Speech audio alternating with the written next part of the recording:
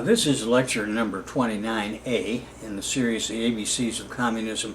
It's based on chapter 46 of next year's volume.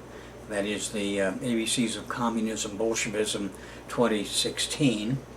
And that chapter is called The Empire Strikes Back in Cuba and Central America.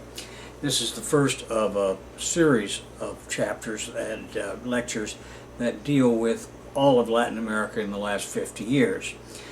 But one thing I want to make clear is that from the beginning of 1959 through the next full 4 years, that is until the end of 1962, the primary struggle for communism in Latin America lies in the consolidation of the Cuban Revolution as a socialist revolution, and then its permanent, or as permanent as is possible to get, protection from U.S. invasion by the agreement of the Khrushchev-Kennedy group after the Missiles of October Caribbean crisis of 1962.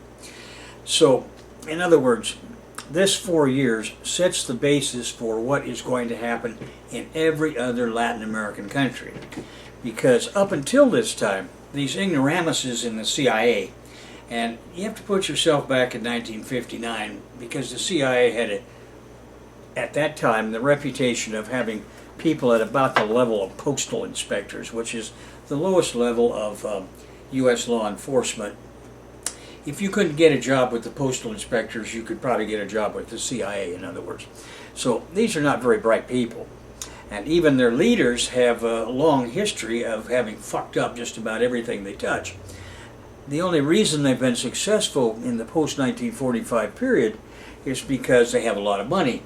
And when your policy is based on bribing everybody in sight, then you don't really have to be very smart. Well, Mexico had been relatively complex for the uneducated ignoramuses in the CIA, as we saw in the last 4 lectures. However, they could understand the idea of a rebel base area 90 miles from their shores.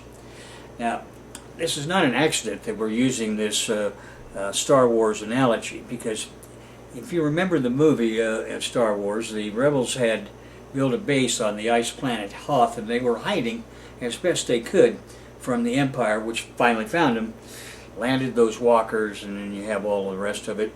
The rebel base area in this case was Cuba, and the U.S. ruling class, the oligarchs, the ones that really own the country, the Morgans, Mellons, DuPonts, Walker Bushes, these are trillionaire families today, and at that time they were certainly centi-billionaire families, if not more so. And they expected that their flunkies in the U.S. military and the CIA would get rid of Fidel Castro and this rebel base area. Well, by 1960, these imperialist chieftains in the CIA and the U.S. Joint Chiefs of Staff were in a panic because these bosses of theirs were very angry at them. They had failed to get rid of Fidel Castro, and it seemed to the bosses as if this should be a fairly simple task. After all, it hadn't taken them very long to get rid of Arbenz in Guatemala. Why should this guy be any different? Well, they just wanted to get in there, kill these guys, that is Castro and the rest of them, and we'll reinstitute fascism in our image, and Batista's gone, but we'll find somebody else. Now, I want you to remember this, that even at the time that Che Guevara was closing in on Santa Clara, in the last day he had told the commander of the Batista forces there, well, I'm going to give you 15 minutes, you will go ahead and talk to your superiors, and if you don't do it, we're going to defeat you, we'll wipe you out. And so they had told him from Havana. He talked to General Cantillo, by now is in charge of this whole mess in Havana, and he said, well, I'm with the U.S. ambassador, and we have agreed that there will be a new government to replace Batista, so on and so forth. We've agreed with Fidel Castro that this is the case. Well, Che Guevara got in touch with Castro, and he said, well, of course, that's nonsense. There isn't going to be any agreement with anybody in Havana. Unconditional surrender is the only thing. So but the point is that the U.S. imperialists and their flunkies in Havana had tried right up to the last minute to prevent Fidel from coming to power in Havana. Well, so in 1959 opened We have Fidel marching from Santiago to taking that week he took to go up there. We talked about last time when we talked about Cuba, from Santiago to Havana. And once he got there, of course, the revolution installed itself here, there, and everywhere around the city as quickly as they could. And that U.S. plot began against him from that moment forward. But it was not a very well organized plot. What I'm going to do here in a minute is we're going to review all the major developments in 1959, 1960, 61, and 62. Those are the 4 years in which the revolution found its course as became a socialist revolution with a Marxist-Leninist leadership, and secured itself as permanently as possible from a U.S. invasion as a consequence of the Kennedy-Khrushchev deal in October of 1962. That has an extremely important role for the rest of the next half century all over Latin America, because as many times as these newspaper boy imperialist chiefdoms and the Joint Chiefs of Staff and CIA tried to get whichever guy was president to agree to another invasion of Cuba for whatever reason, the presidents continued to refuse to do that because they were locked into an agreement with the Soviet Union, and the consequences of violating that unilaterally would be a Third World War, and they were not willing anymore after 1962 to do that. They had been in 1962. After all, it's them and their families are going to be blown up in such a war. So they would never allow that to happen. So that meant that the rebel base area in Cuba was capable of intervening, as it did in every single Latin American country for the next half century. And we're going to review that in these coming lectures. I want to bring two books to your attention right now that were very important in my thinking in these first couple of years of the consolidation of the Cuban Revolution. And you can get them today from Amazon. Some of it may be online. The first was written by a man named C. Wright Mills called Cuba Sí, Yankee No. And at this time in 1959 that he was writing it, he was a professor of sociology at Columbia University, and it was published in 1960. And it essentially was a defense of what Fidel Castro was doing, as opposed to what U.S. imperialism wanted done in Cuba and what they had been doing for the previous half century. And he went back to the Platt Amendment. Now, for those of you who are not familiar with it, after the U.S. won the war against Spain and they occupied Cuba, and they defeated the Jose Marti independence forces, what was called the Platt Amendment by Washington was imposed upon the Cuban government. And that amendment required that the United States government determine every aspect of Cuban politics from that time forward. So from the time of 1898 forward, what you have is a U.S. legal basis for running Cuban affairs, and that's what people grew up in, a kind of a strange kind of U.S. rule over their government that was justified by this Platt Amendment, and the so-called Cuban Congress had ratified this whole Platt Amendment agreement. Well, so from that time forward, things went exactly the way the United Fruit Company wanted them to go. United Fruit today is called Chiquita Enterprises. At any rate, they changed their name, but that's all. So they were the company that determined just about everything with regard to Cuban sugar and agriculture during those years, and we have reviewed that in a previous lecture on Cuba. Well, at any rate, so C. Wright Mills' book was important in mobilizing the thinking liberal population, left-leaning population of the United States, if you can call it that. 2 years later, Monthly Review Press published another book which really brought things up to speed, called The Second Revolution in Cuba by J.P. Moret, who was a former high-ranking U.S. naval officer who had turned communist. Well, that book essentially describes what happened in 1961, what he calls the Cuban Jacobins. He means the 26th of July movement had, as he says, they had grasped the hand of the Cuban communists, and together they had forged a new kind of unity, and then Cuba forged unity between itself and the Soviet Union. So that second book, on top of J.P. Murray's book, on top of C. Wright Mill's book, influenced the thinking of people such as myself probably more than anything else, because for one thing it was in English.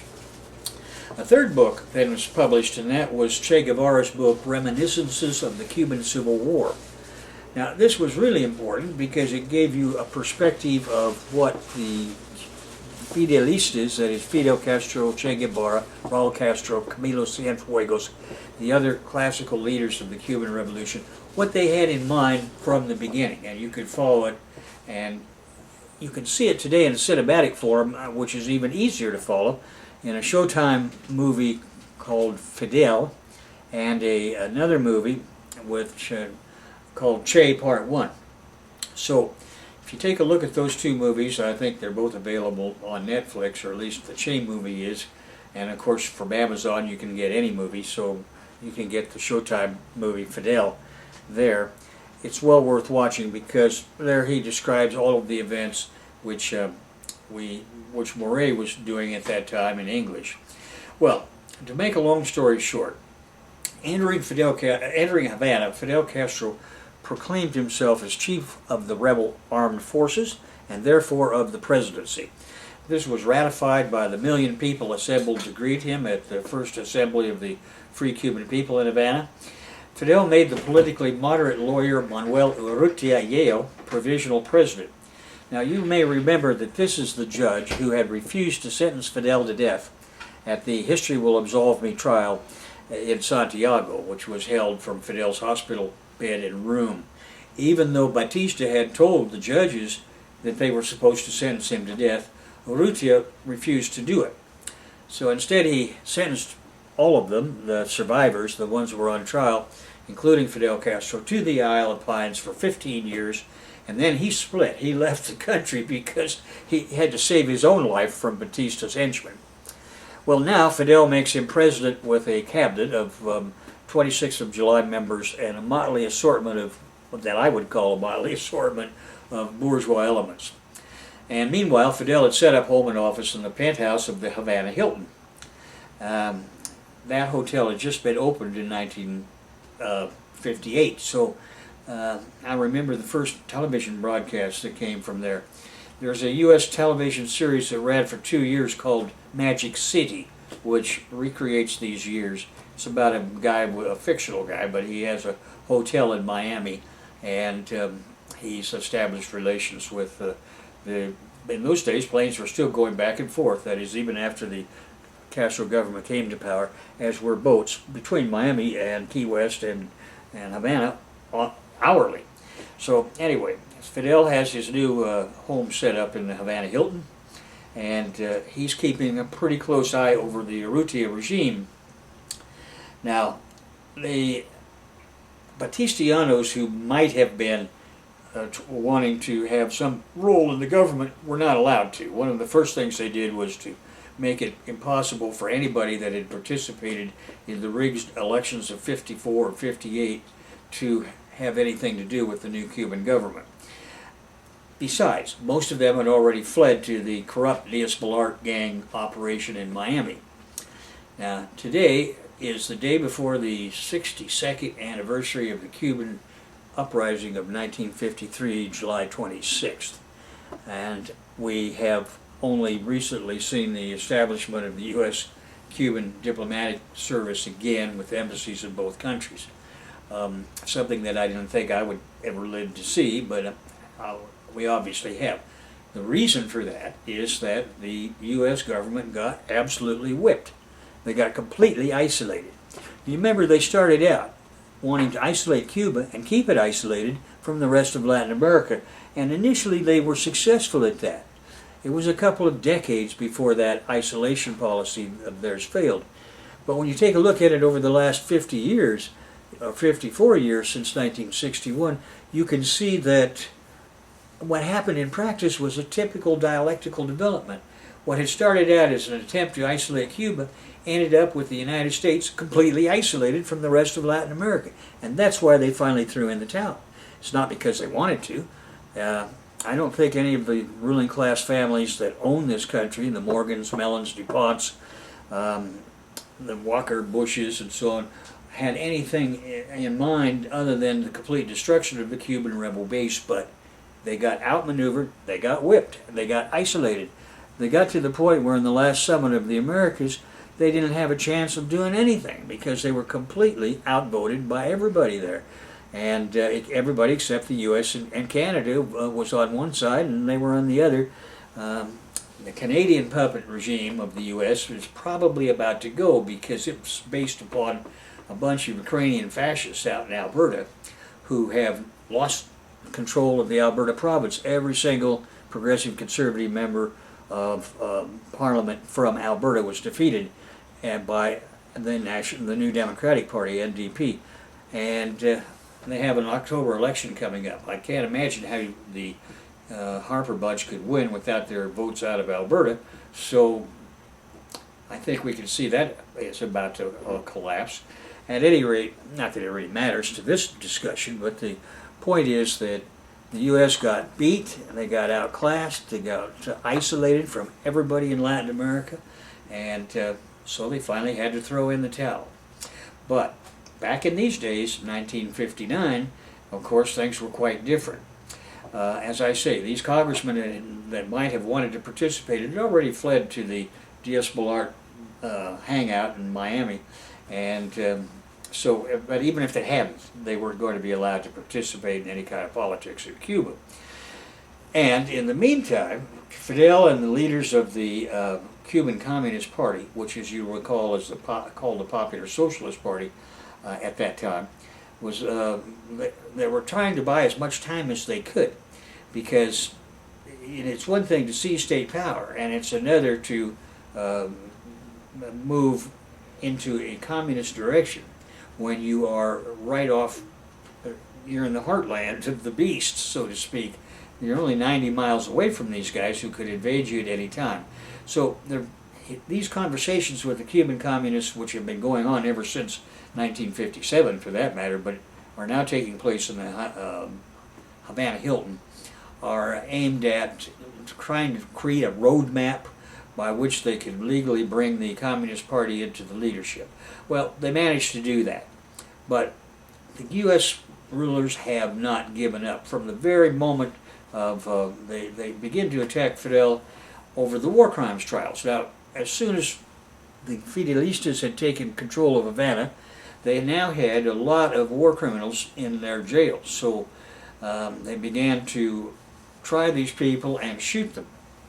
And well, the U.S. cap press began to say that, oh, this is unfair, these people aren't getting the right kind of trials, which one of the things C. Wright Mills brings out is, since when did the U.S. government ever give a damn about judicial fairness in Cuba? I mean, that's something that they just invented this year, 1959. Anyway, Fidel responded that we are not executing innocent people or political opponents. We are executing murderers, and they deserve it. As, of course, he was correct, and they certainly did deserve the death penalty for all the torturing and murdering they'd been carrying out in Cuba before and during the Civil War. In suppressing the revolution, Batista's government had killed thousands of Cubans at the time. Castro and influential sectors of the Cuban press put the death toll at 20,000. In response to the popular uproar, which demanded that those responsible be brought to justice, the Fidelistas had little choice but to empower military tribunals, and these correctly resulted in hundreds of executions. These had been wildly popular domestically. Acclaimed by many across Latin America, Fidel Castro traveled to Venezuela, where he met with the U.S. neoliberal stooge, President-elect Romulo Betancourt, unsuccessfully requesting a loan and a new deal for Venezuelan oil. We have reviewed the traitor government of Betancourt in our earlier discussion of Venezuela, in both the chapter and in lectures. Now, returning home, an argument between Castro and senior government figures broke out. Among other things, he was infuriated that the government had left thousands of unemployed by closing down Havana's casinos and brothels. The girls working in these joints, like the Tropicana, for example, had approached Fidel as soon as he came into Havana. They told him that they had nowhere else to work and asked him to reverse the decision of his advance guard to close these clubs, and he said he would reopen them, at least until some other place could be found for them to work. The U.S. television series Magic City, as I say, shows these developments in an excellent cinematic way. One result of these many disagreements was that the Prime Minister Jose Miro Cardona resigned. He went into exile in the U.S. and showed his true colors by joining the anti-Castro forces being assembled by the CIA. Now, I want to take this timeline next so that we're going to go month by month and event by event through the next 4 years, set the basis upon which we can then discuss every other Latin American country in the post-1962 period. On January 1st, the revolutionary leader Fidel Castro and his forces entered Havana. His forces entered Havana. He was going to be a few days behind that. Before dawn, Batista and his family and 180 of his flunkies had fled the country. Now, in January and February, former Batista secret police were tried as criminals, and as many as 500 were shot. When the U.S. press called these executions a bloodbath, Fidel Castro rallied Cubans in another great people's assembly in Havana to legitimize his policies. A new chant began to be heard across Cuba, Paredon to the wall, meaning death by firing squad. On February 7th, members of Castro's 26th of July movement, Underground, and leaders of the anti-Batista political opposition formed an interim government with Manuel Urrutia, the judge I just mentioned who had saved Fidel's life, became president, and Jose Miro Cardona became prime minister. He's one of these motley bourgeois characters I was mentioning who will soon betray the revolution in February 16th to be precise and flee to join the CIA conspiracy in Florida. The rebel army commander Fidel Castro becomes prime minister, replacing him of the new revolutionary government. So, Cuba has a president, Manuel Urrutia, and it has a new prime minister, Fidel Castro. On March 3rd, Fidel's government expropriates properties belonging to the International Telephone and Telegraph Company. You remember that these guys gave Batista a gold telephone, and you see that being done on Godfather Part 2, but they actually did that, a solid gold telephone. The Cuban Telephone Company is its affiliate. It's now nationalized, and Fidel Castro makes telephone service free to all Cuban people. On April 15th to 26th, Castro visited the United States, and he was greeted everywhere by cheering crowds. The trip was overshadowed by the cap president of the U.S., who were suspicious that he might be a communist. Fidel denied that his brother was a communist, and again, he was trying to buy as much time as he could before the CIA plot is openly launched against him. He has no illusions about the fact that they're going to attack as soon as they can, but he's trying to delay it. On May 17th, upon his return to Cuba, Castro signed the Agrarian Reform Act. The government expropriates farmlands over 1,000 acres and bans land ownership by foreigners altogether. So big outfits like King Ranch out of Texas that had hundreds of thousands, if not millions of acres, were just nationalized outright. From this, 200,000 former enserfed peasants received titles to land. To keep the land, these new small farmers will have to defend the revolution as French farmers had to defend the French Revolution, whether under the Directorate in Paris or under Bonaparte.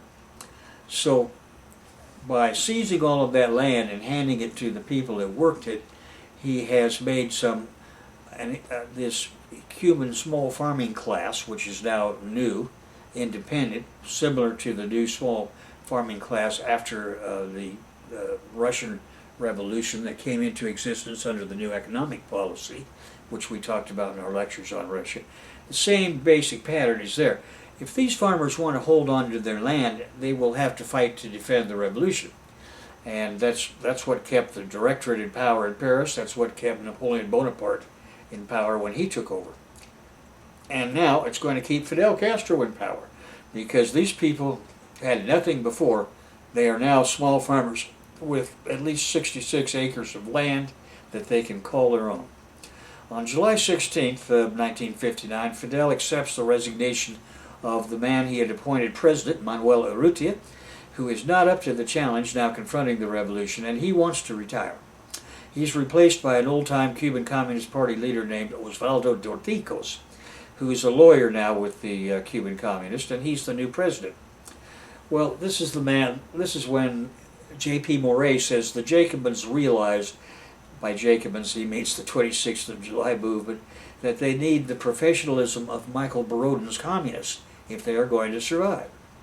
We talked about Borodin's visit in 1919 to Mexico, setting up the Mexican Communist Party, and then his subsequent visit to Cuba. Well, he was only in the harbor for 6 hours, but he was there long enough to form the Cuban Communist Party. On July 26th, Fidel holds another million-person rally in Havana. Now, this is the anniversary, of course, of the 1953 July 26th attack on the Moncada barracks. You want to remember that from that time forward, Fidel Castro as a person is in the mind of every citizen of Santiago, and, of course, in the mind of every person in Cuba. So from July 26, 1953 forward, Fidel Castro has been a public figure in Cuba. And he and his brother are the only ones, really, of that the Cuban people know and that are known internationally. Well, at any rate, he spoke at the celebration in Havana on July 26, 1959. In celebration of the Agrarian Reform Law, tens of thousands of newly propertied small farmers came to the city, were welcomed and housed in the homes of fleeing bourgeois families, people that had left for Miami. Fidel reveals the class content of the Cuban Revolution. Among other things, he says, Cuba's revolutionary government was like that of ancient Athens, except better, because Cuba's revolutionary government was not for the privileged classes or the oligarchy. This is true democracy. On October 15, 1959, Fidel Castro's brother Raúl becomes Minister of Defense, head of all of the armed forces. On October 19th, along with 14 other officers, Comandante Uber Matos, an important figure in the revolution, resigns his post as military commander of the Camagüey province.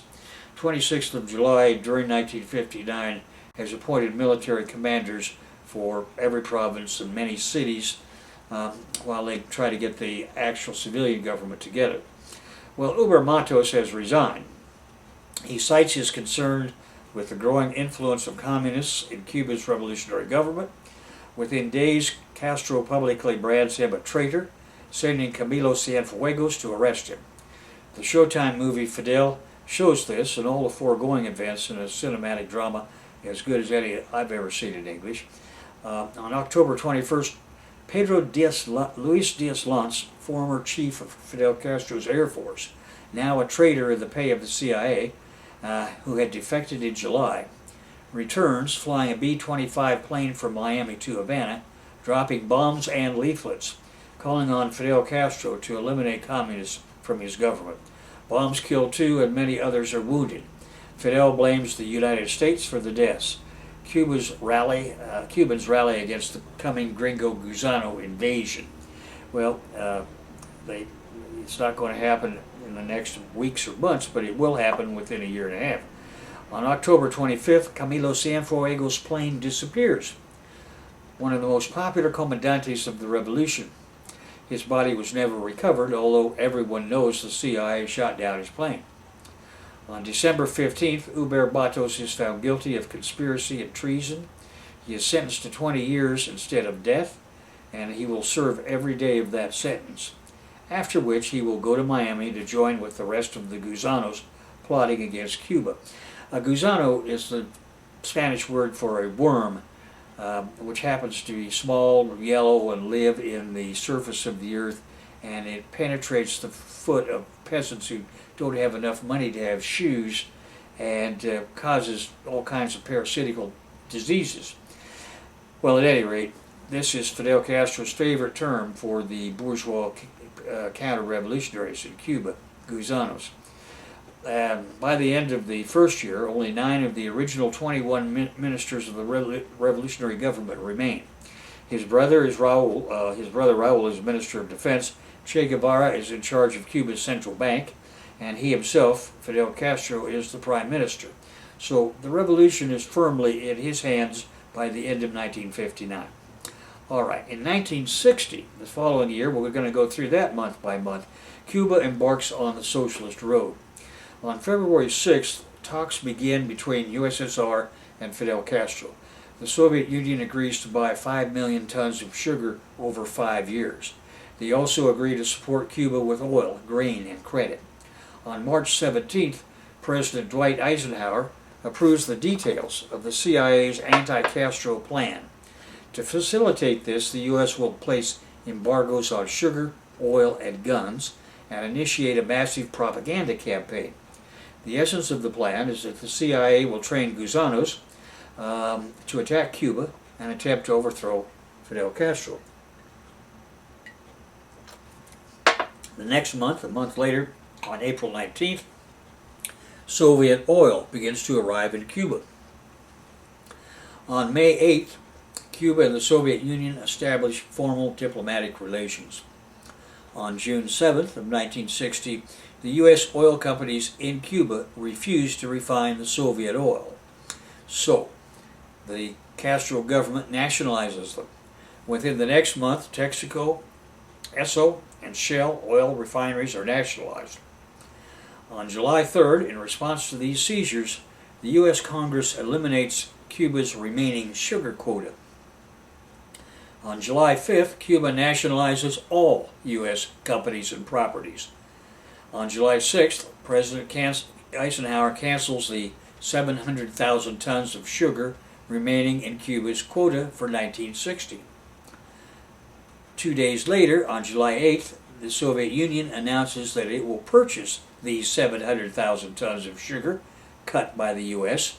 at the same price the U.S. was going to pay for them. On September 17th, Cuba nationalizes all U.S. banks, including First National City Bank of New York, First National Bank of Boston, and Chase Manhattan Bank.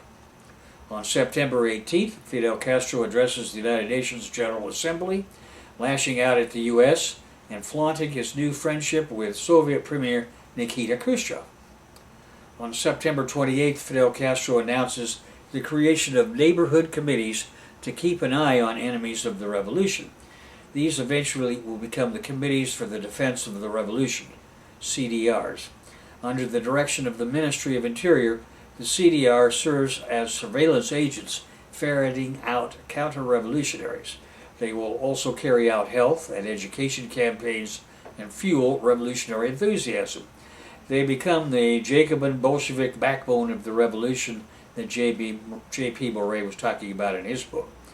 G2, that is Revolutionary Army Intelligence, will soon become the DGI, or General Direction of Intelligence. And it is now the sword and shield of the revolution, as Lenin had called the Cheka. On October 6th, as Election Day approaches in the U.S., anti-Cuban rhetoric heats up.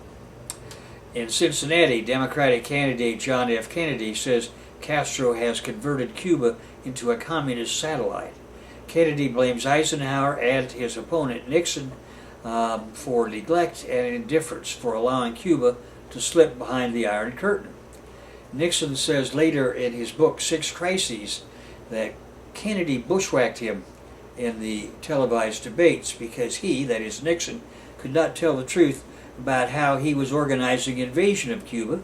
Kennedy knew he couldn't tell the truth, and so he was stuck there looking like he wasn't doing anything, and Kennedy was advocating doing an invasion.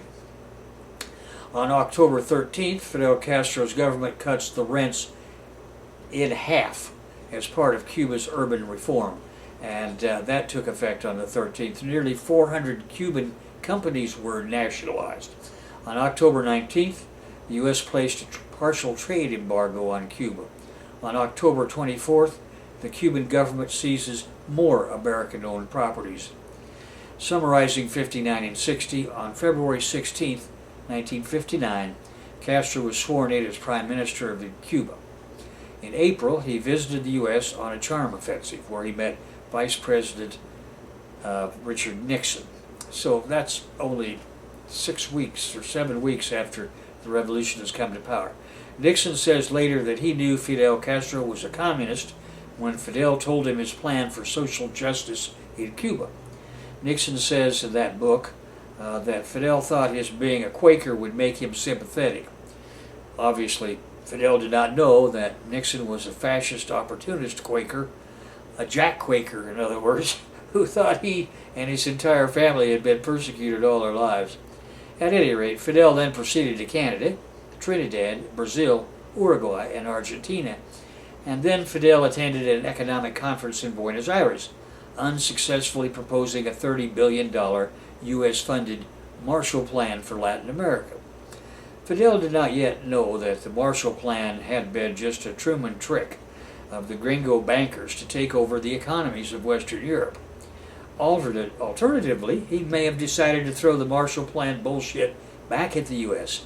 to see how they would react to a proposal to help Latin America with something besides more Guatemalan fascist putschs, or more Batista coups, more subversion of popular movements, such as then was going on in Guyana.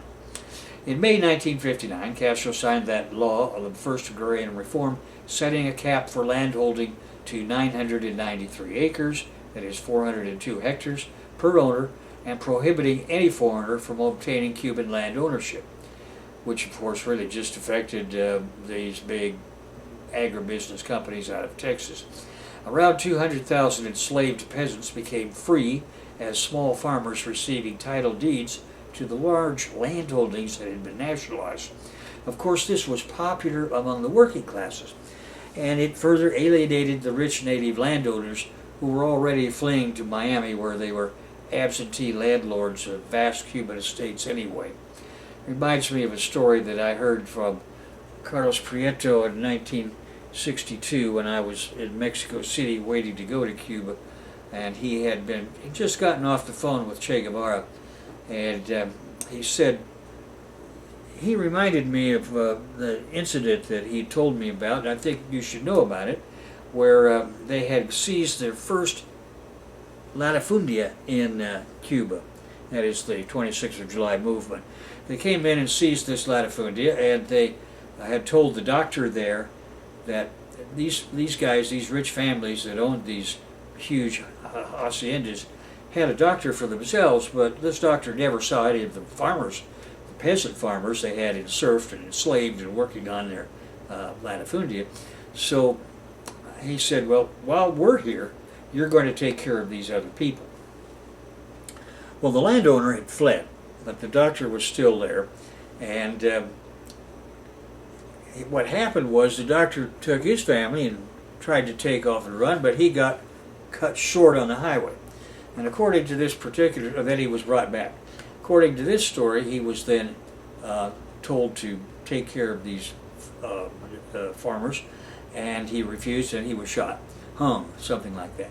Then Guevara said, we didn't have any trouble with the Cuban doctors after that. And of course, Guevara was a doctor himself, so he was able to come in there and play the role of a doctor and take care of these poor peasants as long as the Fidelistas controlled this land. And they knew they weren't going to be able to hold it against the Batista army very long, so they eventually had to withdraw. But at any rate, that was a story I remember now that he had told me at that time, and the circumstances and such. You can see I was pretty well connected to what was going on in 1962 with the Cuban leaders. What I didn't yet know was going to happen is that in a few days, Kennedy was going to blockade Cuba militarily over the Cuban Missile Installation, and we're going to get to that as time goes on. In March '59, Castro declared rents for those who paid less than $100 a month to be cut in half. His government emphasized social projects to improve Cuba's standard of living. Major emphasis was placed on education. In the first 30 months of Castro's government, more classrooms were opened than in the previous 30 years. The Cuban primary education system offered a work-study program with half of the time spent in the classroom and the other half in productive activity. These working-class kids had before been forced to go out and make money in some kind of way just to feed their families, and not to mention themselves. So their economic situation can't be made perfect overnight. So what can be done is they can be made to go to school, but then they can be given a job that they get paid for the other half of the day. So they were happy both ways around. They're getting educated, something that they really want because they know it's the only chance they have in life to ever amount to anything. And they also have jobs that are assured by the government. They're actually getting paid, not cheated out of their pay. Healthcare was nationalized and expanded, with rural health centers and urban polyclinics opening up across the entire country, which offered free medical aid to anybody that walked in. Universal vaccinations against childhood diseases were implemented, and infant mortality rates were reduced dramatically. A third aspect of the social programs was the construction of the infrastructure within the first 6 months of Castro's government. 600 miles of road had been built across the island, while $300 million was spent on water and sanitation projects. Over 800 houses were constructed every month in these first 2 years, actually in all of these early years of the administration, in a measure that was cutting down homelessness. Nurseries and daycare centers were opened for children, and other centers opened for the disabled and elderly, all free of charge. Fidel appointed Marxists to senior government and military positions. Most notably, Che Guevara became governor of the central bank. His signature is on the Cuban pesos, and there's still some of those pesos floating around. I noticed when I was there 11 years ago. At any rate, and then he also became Minister of Industries. The sycophant Batista officers not already in Gringolandia, such as Air Force Commander Pedro Luis Diaz-Lanz, defected to the U.S. And although President Urrutia denounced the defections, he also criticized Fidel for the rising influence of Marxism. Angered, Castro announced his resignation as prime minister. With his fevered anti-communism, over 500,000 Castro supporters surrounded the presidential palace and demanded instead that Urrutia resign and that Castro stay on. And Castro agreed to that, so did Urrutia, who left the country, and that's the last history hears of him. I mean, not anything happened to him, but I mean, he just kind of faded away, like one of General MacArthur's old generals. At any rate, on July 23rd, Castro resumed his premiership and appointed Che Guevara head of the Bank of Cuba. Castro used radio and television to develop a dialogue with the people, receiving, posing, and answering questions. The revolutionary government became increasingly popular with workers, farmers, and students, who constituted the majority of the country's population. The opposition came primarily from the bourgeoisie, and thousands of doctors, engineers, lawyers, and other professionals emigrated to Florida in the USA, which was really excellent because you're getting rid of that class of opposition most likely to oppose the revolution. Wholesale reorganization of the economy caused its own problems as productivity began to be organized in a new way. And the country's financial reserves were suffering. The CIA and their compradors tried to sabotage the revolutionary atmosphere, and the reactionary cap press in Cuba and, of course, in the United States openly expressed hostilities toward the government. The pro-Castro Printers Trade Union, therefore, put an end to that and took over editorial staff functions of the cap press in Cuba. In January 1960, the government ordered the cap press to publish a clarification written by the Printers Union at the end of articles critical of the government. In the meantime, the CIA managed to launch put many hundreds of counter-revolutionaries into the Escambray Mountains. Castro's government arrested hundreds of these counter-revolutionaries, and they were funded, of course, by the CIA, and by Dominican dictator Rafael Trujillo and his government. And they undertook attacks that went on for 6 years against the revolutionary government. They set up these guerrilla bases in Cuba's mountainous regions, especially Escambray. This led to the 6-year Escambray Rebellion, 59 to 65. The government eventually defeated the rebels altogether because it had superior numbers and firepower, and of course it was spiritually superior. The 6-year anti-government CIA war could never again gained traction among Cuba's newly freed and propertied small farmers. So eventually they failed as mercenaries because they could find no popular base, and the U.S. government and the Dominicans got tired of funding them when they couldn't get anything accomplished. So they were withdrawn by the CIA, and of course some of them were used to assassinate JFK. And they were used against governments in Colombia, Venezuela, Nicaragua, Peru, Ecuador, Chile, Argentina, and Brazil. We're going to get to every one of those countries, and you're going to, when we talk about how the CIA is intervening, one of the ways they're intervening is not just with these gringos that they've recruited as CIA agents, but from these scumbags from the Escambray War against Cuba who had failed there, and then the CIA keeps them on the payroll and sends them to these other countries to fight against any kind of progressive government which may exist. In 1974, they kick off Operation Condor, the CIA does, and they begin the installation of fascist regimes in Peru, Chile, Argentina, and Brazil, and Colombia, and we'll get to all of that in due time. In response to the Gringo Gusano conspiracy, Fidel Castro purged political opponents from the administration. Loyalty to the revolution became the primary criterion for all appointments. Mass organizations, such as the few Picard labor unions that opposed the revolutionary government, were made illegal. By the end of 1960, all opposition newspapers had been closed down, and all radio and television stations had come under government control. Fidel's brother Raul Castro had become the commander of the Revolutionary Armed Forces, which was the new name of the Cuban Army.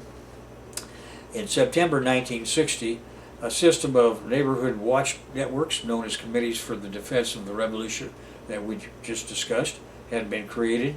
In 1960, the Cold War raged between two superpowers, the United States in its capitalist imperialist heyday versus the USSR. Expressing contempt for the U.S., Castro shared the ideological views of the USSR, establishing relations with several Marxist-Leninist countries, that is, the East European people's democracies.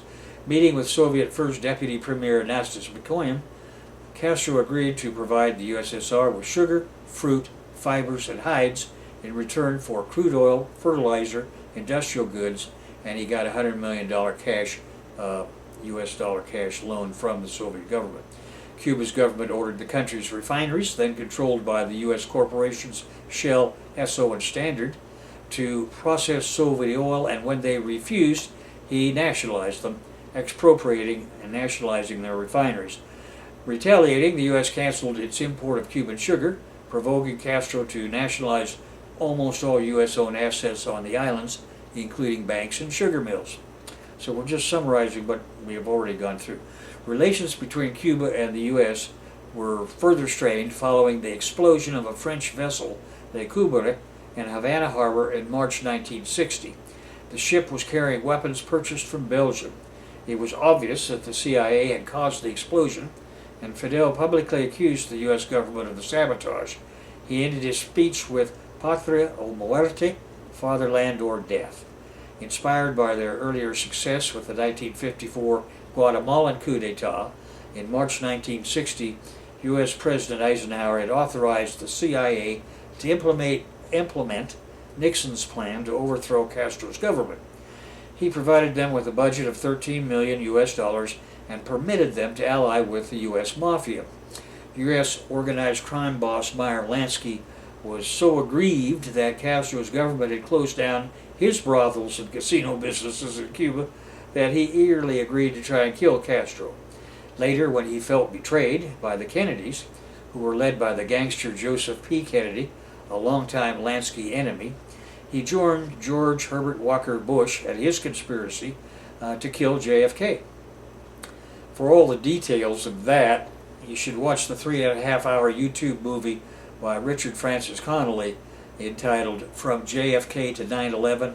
It's all a rich man. Everything is a rich man's trick. At any rate, on 13 October 1960, the U.S. prohibited the majority of exports to Cuba of anything, initiating an economic embargo which continues to this day. In retaliation, the National Institute for Agrarian Reform, INRA, INRA, took control of 383 U.S.-related capitalist businesses. Then on 14 October and on 25 October, a further 166 U.S. companies operating in Cuba had their premises seized and nationalized. On December 16th, the U.S. ended its import quota of Cuban sugar, the country's primary export. In September 1960, Fidel Castro flew to New York City for the General Assembly of the United Nations. Staying at the Hotel Teresa in Harlem, he met with journalists and anti-establishment figures like Malcolm X. He also met Soviet Premier there, Nikita Khrushchev there, and the two publicly condemned the poverty and racism faced by Americans in areas like Harlem. Relations between Castro and Khrushchev were warm. They led the applause to one another's speeches at the General Assembly. Subsequently, at his Teresa Hotel suite, he was visited by Polish First Secretary Ladislaw Gomulka, Bulgarian Chairman Todor Zhivkov, Egyptian President Gamal Abdel Nasser, Indian Premier Jawaharlal Nehru. Castro also met a delegation from the Fair Play for Cuba Committee, a Trotskyist mass organization of the Socialist Workers' Party, and in short, he put Harlem on the world map. The first time that any foreign state leader would have gone to New York and gone to Harlem instead of to the Ritz-Carlton or whatever.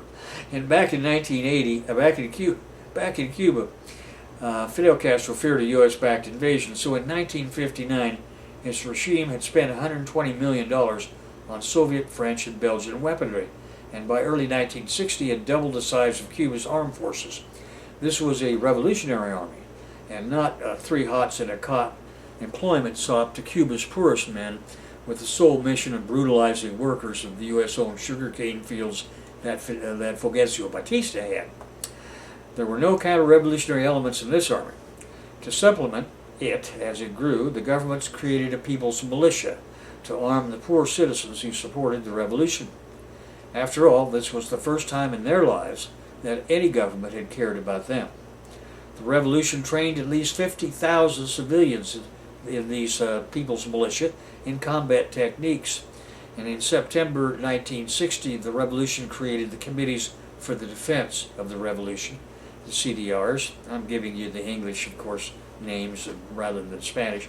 This was a nationwide civilian organization which implemented neighborhood detection of counter-revolutionary civilian organizations, which, and their common criminal activities. You may recall in the movie Scarface that Tony Montana was complaining at the beginning of the movie to the U.S. Customs guys about this, about these guys on every street corner, keeping an eye on him, so it was hard to rob as many bodegas as he wanted to. The CDR quickly took on organizing health and education campaigns, becoming a conduit for public complaints. By 1970, a third of the population would be involved in the CDR, and this would come and rise to 80%. So with 33% to 80% over the next few years of the entire Cuban population organized in committees to defend the revolution, combined with 50,000 armed people in the People's Militia and the Revolutionary Armed Forces, the Army itself and its naval and air arms, the government is perfectly secure. Meanwhile, U.S. Secretary of State at that time, 1960, Christian Herter announced that Cuba was adopting the Soviet model of rule with a one-party state, government control of trade unions, suppression of civil liberties, and the absence of freedom of speech and press. It was an open declaration of war, a war that would begin the next year. All right, so now we move on to 1961. On January 31st, the United States severed diplomatic relations with Cuba. It was one of the last things Eisenhower did on his way out the door.